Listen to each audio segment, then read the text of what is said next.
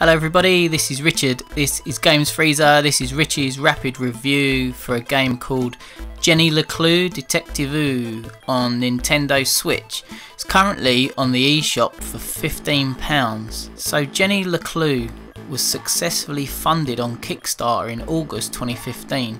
It had nearly 4,000 backers and the campaign raised over $105,000 and was initially released on PC. Fast forward to now and it's getting a Nintendo Switch release. You play as Jenny LeClue, an aspiring young detective and obsessive pursuer of the truth. The story is told through the eyes of the writer of the Jenny LeClue books, as he is tasked by his publisher with spicing things up in his long-running and beloved series of Jenny LeClue books. The problem is that nothing exciting ever happens in the world of Jenny LeClue, and she longs, along with the readers, for a really exciting and juicy adventure to get their teeth into. During the writing of this exciting 39th book, Jenny gets more than she bargains for when her mother is accused of murder. Jenny then embarks on a journey to uncover the truth, and she must use her skills of deduction to find the real killer and unravel Arthurton's darker mysteries. So, what did I like about the game? The voice acting is impeccable and gives off an interactive comic book stroke cartoon vibe that works perfectly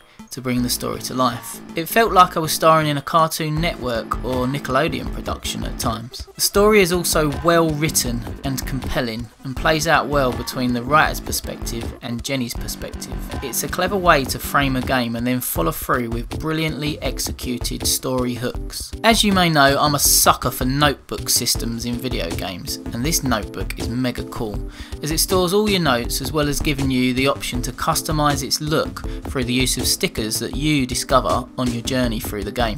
The game is a crossover between point and click adventure style games and platformers, and I think this works really well to create a great environment to explore in. During the game it never felt like I was pixel hunting at any point, and also the puzzles are fairly straightforward but get you thinking enough to make them engaging while not too tough that it will hold up the story. The story is the key in this game, and it's like reading a really good page turner of a novel. The investigation elements are light, but that doesn't detract from the game as the story is well written. So what didn't I like about the game? A criticism that may be levelled at the game is that some people may find the puzzles not challenging enough, but I myself found them pitched at an ideal level that meant I could enjoy the game's story and presentation whilst also progressing the game at a good pace. When summing this awesome video game up, maybe think of a cross between a Telltale style video game and a platformer to get the true feel for what the game is like to play. You are there for the ride rather than driving the story and its outcomes.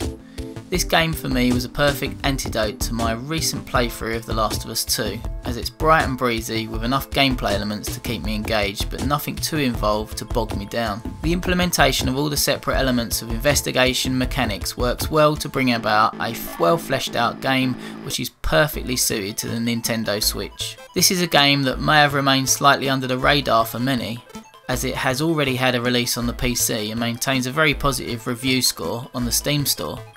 Hopefully the Switch release will see this gem of a game have a second resurgence as a must-buy Nintendo Switch title.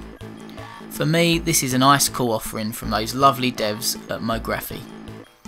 Right, I'm off to search through some rubbish to locate fragments of a postcard, whilst also smothering myself with jam and pretending to be dead. Goodbye my friends.